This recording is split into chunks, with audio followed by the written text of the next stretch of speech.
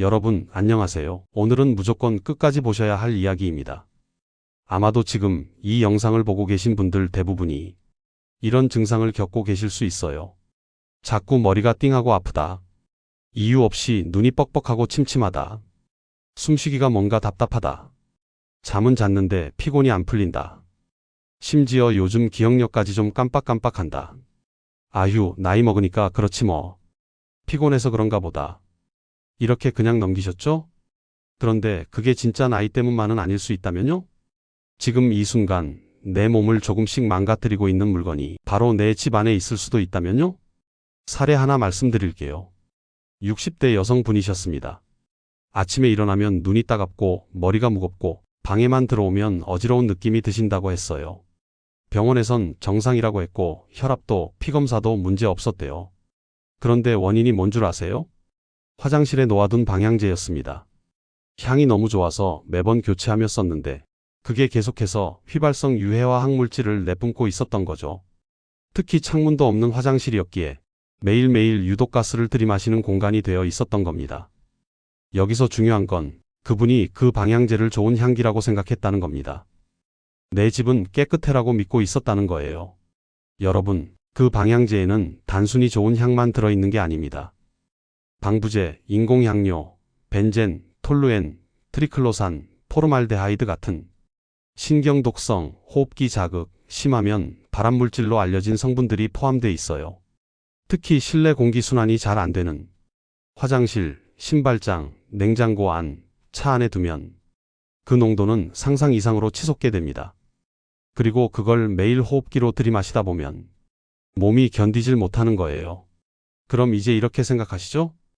방향제 말고 그럼 뭘 써야 하나? 좋은 냄새 나게 하는 것도 문제야? 아니요. 문제가 되는 건 밀폐된 공간에서 장기간 사용하는 습관입니다. 향기를 위한 제품은 하루에 한두 번 환기를 꼭 하시고 주기적으로 사용을 멈춰주는 습관을 들이셔야 해요. 좋은 향이니까 괜찮겠지는 절대 안전을 보장해주지 않습니다. 다음으로 또 하나 짚고 넘어가야 할 게 있습니다.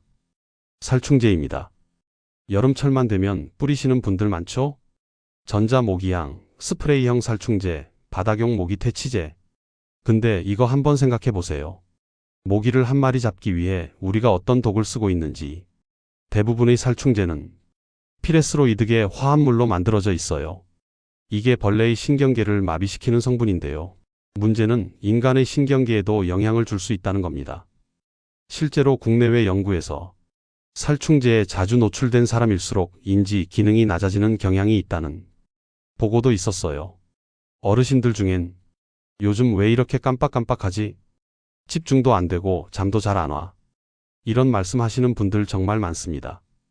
그게 그냥 나이 때문일 수도 있지만 오랫동안 노출된 화학물질의 영향일 수도 있다는 사실, 이제는 기억하셔야 해요.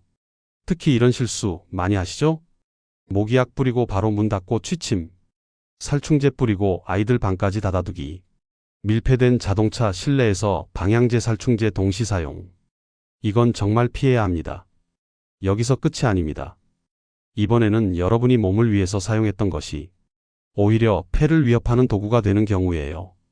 바로 가습기입니다. 겨울철 코가 마르니까 가습기 트시는 분들 정말 많습니다. 특히 호흡기 약하신 분들이나 손주들 때문에 트시는 경우도 많죠. 그런데 가습기 안에 물 며칠 동안 안 갈아보신 적 있으시죠? 그 물에서 세균, 곰팡이, 바이오필름이 생기고요. 초음파로 작동되는 가습기는 그 물을 그대로 미세 입자로 공기 중에 뿜습니다.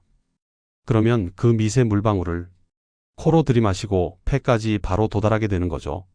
한때 사회적 이슈가 됐던 가습기 살균제 피해 사건 다들 아실 겁니다. 수많은 사람이 원인을 모른 채 폐섬 유화로 고통받다가 뒤늦게야 진실이 밝혀졌죠. 지금 여러분이 쓰시는 가습기가 살균제 제품은 아닐 수 있어도 청소를 게을리하거나 물을 오래 두고 쓰면 결과는 그와 크게 다르지 않을 수 있습니다. 다시 한번 정리해 볼게요. 좋은 향기인 줄 알았던 방향제, 밀폐된 공간에선 독소가 됩니다. 모기 한 마리 잡으려다 뿌린 살충제, 뇌 기능에도 영향을 줄 수 있어요.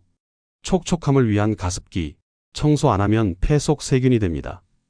자, 이번에는 이제 한 번쯤은 직접 만져보고 매일 쓰고 있는 물건들로 이야기를 이어가 보겠습니다.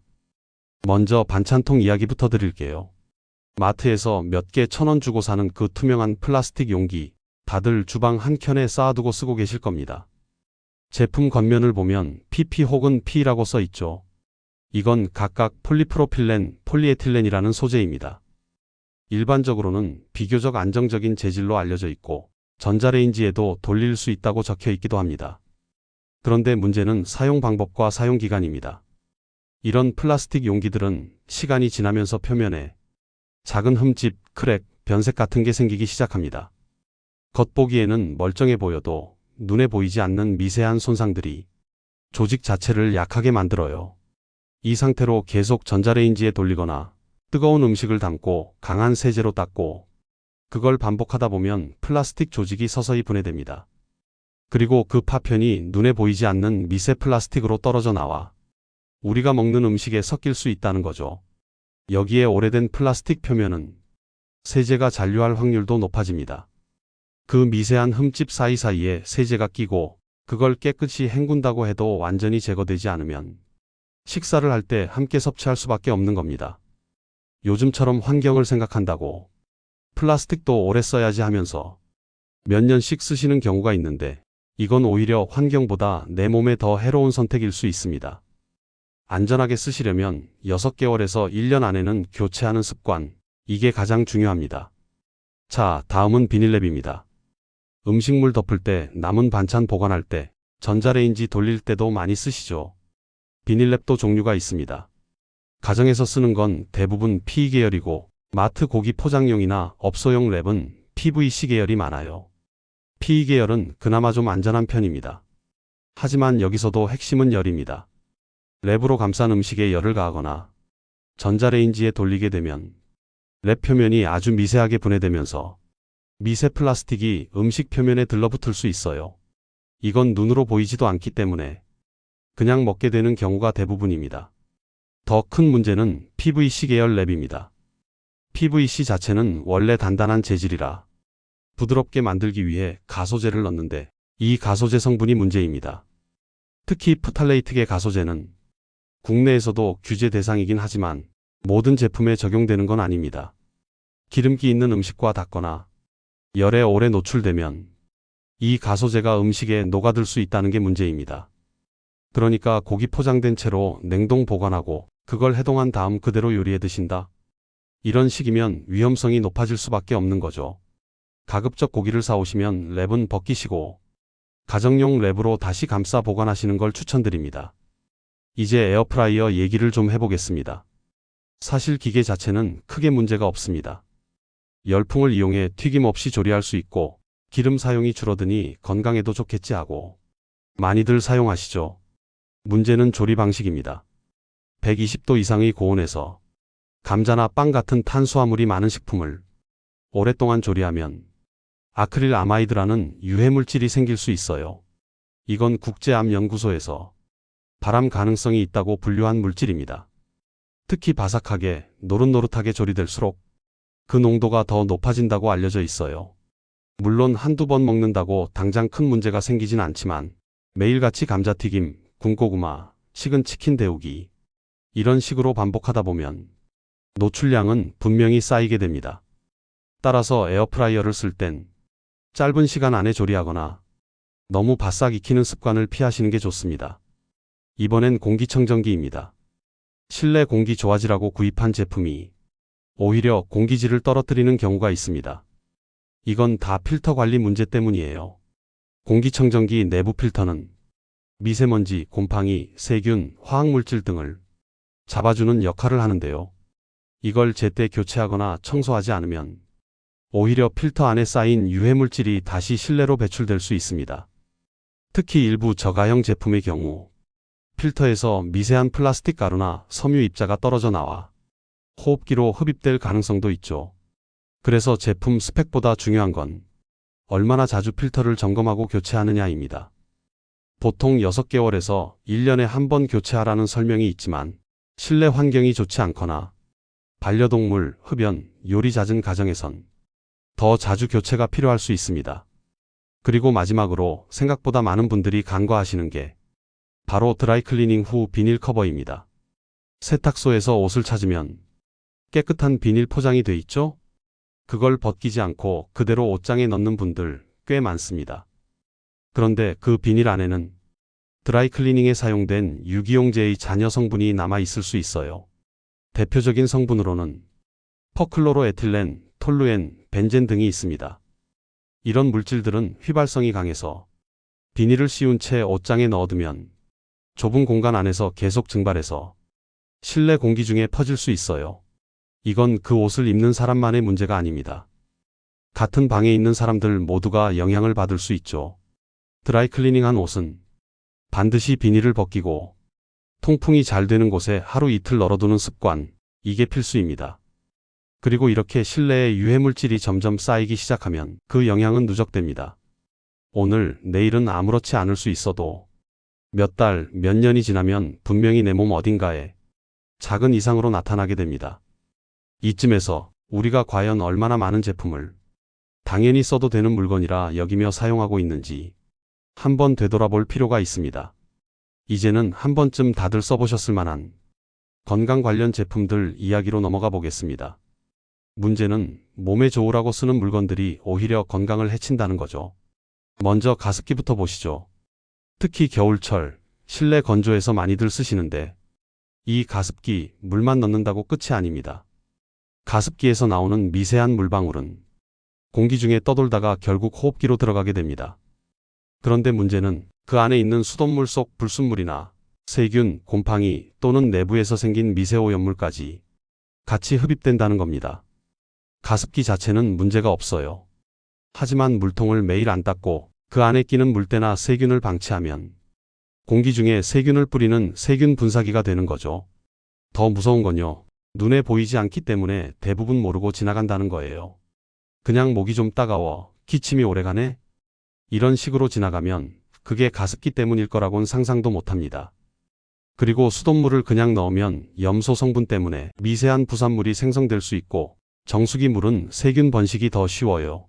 어떤 물을 넣든 간에 핵심은 매일 청소입니다. 가습기를 매일 쓸 거면 매일 물통도 닦아줘야 해요.